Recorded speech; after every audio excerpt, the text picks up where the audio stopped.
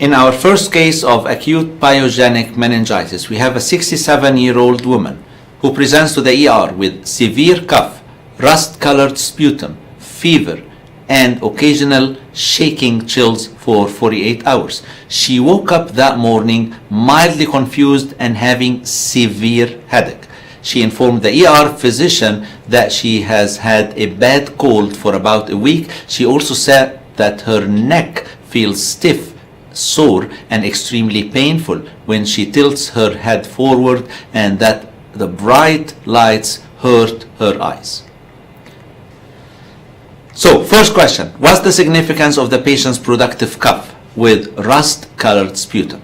First of all, a productive cough suggests that the cause of respiratory tract infection is bacterial. Usually we don't see productive cough with viral or mycoplasmal causes. Also, the color of the patient's sputum. This rust-colored sputum is consistent with Streptococcus pneumoniae, the most common cause of pneumonia. Streptococcus pneumoniae, the most common cause of pneumonia. What are the manifestations that suggest that the patient has developed meningitis? What do we have here? We have headache, we have stiff, sore, and extremely painful neck with movement, and we have that the bright lights hurt her eyes, which is photophobia. All these are manifestations suggestive of meningitis. Why is it appropriate for a primary care provider to examine the patient for a head injury? Do we need to examine for head injury when we suspect meningitis? And the answer is yes, because a head trauma can result in facilitate the entry of bacteria into the meninges, and this can result in, if you have skull fracture, and this can result definitely in meningitis. What's the significance of lack of a skin rash in this patient? Now, this case tells us that the patient did not show any skin rash. And actually there is one organism, Neisseria meningitidis, which is a relatively common cause of acute pyogenic meningitis, also causes skin rash in approximately half of the patients. 50% of the patients who have meningitis secondary to Neisseria will also have skin rash. But the presence of skin rash would suggest that the cause is Neisseria meningitidis. However, the lack of a skin rash does not totally exclude this organism, because as I said, only in 50% we get this characteristic skin rash. What are the abnormal test results in this patient? We have some abnormalities in the white blood cell count, and we have CSF elevated pressure and elevated CSF white blood cell count. Very important. This is the first sign in CSF that we rely upon elevated cerebrospinal fluid, white blood cell count, or neutrophil. Also, we'll have high proteins and low glucose in the CSF, and definitely we are going to have positive CSF gram stain culture and positive sputum gram stain and positive chest radiograph for pneumonia. So based on all the available test data, what is an appropriate neurologic diagnosis for this case? An appropriate neurologic diagnosis for this case is acute bacterial meningitis, acute purulent meningitis, or acute pyogenic meningitis, all due to Streptococcus pneumoniae. How did this patient's neurologic condition probably develop? So how come that you have pneumonia and this progresses to meningitis? And here is the explanation. The patient's neurologic condition probably developed when her upper respiratory tract infection spread to the lower airways, and she developed pneumonia due to strep pneumoniae. The microbe gained access to her bloodstream, and we call this stage bacteremia, localized in the meninges and caused a serious infection and inflammation. So how can the organism reach from the lungs up to the meninges? Via the bloodstream. Organisms, when you have pneumonia, these organisms can also spread and gain access to your blood. And once they are in blood, this is bacteremia, bacteria in your blood. This bacteria is going to circulate and then become localized in your meninges, causing meningitis. What is the antibiotic of first choice for this patient? The antibiotic of first choice is going to be penicillin G. And what is an alternative in case the patient is allergic or not responding to penicillin G? Then we can use ceftriaxone plus vancomycin. Ceftriaxone plus vancomycin.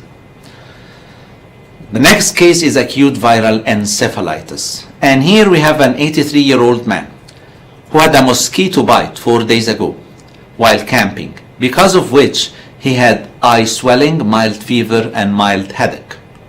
The next morning, the patient woke up confused and disoriented with mild tremors. His headache was also much worse. So based on incubation period only, identify 2 potential types of encephalitis in this patient. Now, the onset of fever and headache, which developed in less than 96 hours after the mosquito bite, will point to 2 possible causes, either the Venezuelan equine encephalitis or the West Nile encephalitis. So here we can have one of these 2 causes as the cause of this viral encephalitis. What is the likely diagnosis and what are the clinical manifestations that support it? The likely diagnosis, of course, is an arthropod transmitted viral meningoencephalitis. Notice we have an element of meningitis here. What are the clinical manifestations? First, we have the recent history of mosquito bite, and this is a potential source of central nervous system infection. We have fever, we have headache, we have confusion and disorientation. This is with encephalitis. We have tremors with encephalitis. The patient is kind of immunocompromised. He's using immunosuppressive drugs. And the patient also has a chronic illness, diabetes mellitus, and asthma and COPD. All these lowers the patient's immunity. Mild non-exudative pharyngitis, lymphadenopathy, positive Kerning and Brudzinski signs. These are positive signs for meningeal irritation, and this will point to meningitis, reduced muscular strength, and lymphopenia. Lymphopenia in viral encephalitis. So here we have viral meningoencephalitis. What is a likely diagnosis and what are the clinical manifestations that support it? So the likely diagnosis is going to be what? It's going to be this meningoencephalitis, viral bone, and here we have lumbar puncture, arthropod bone, it's viral. Lumbar puncture findings will point to CSF lymphocytosis. We have too much lymphocytes. Notice in bacterial infections, what do we see in the CSF? We see neutrophils. In viral infections, what do we see in the CSF? We see viruses. And we see lymphocytosis, too much lymphocytes. So in bacteria, we see too much lymphocytes. In bacteria, we see too much neutrophils. In viral, we see too much lymphocytes. And also we have elevated CSF protein because, again, viruses are proteins. And we have positive immunoglobulin M.